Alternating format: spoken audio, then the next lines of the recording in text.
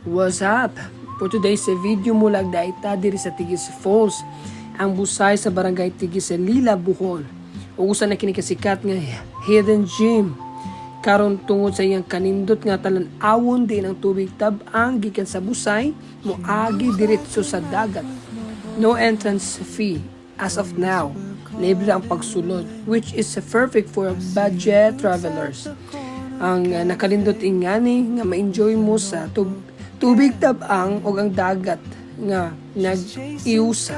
So very accessible. It is just 3 to 5 minutes walk from National Highway. O gikan ka sa Tagbilaran, makalabay ka sa Luway padung sa Lila o very short distance na kini.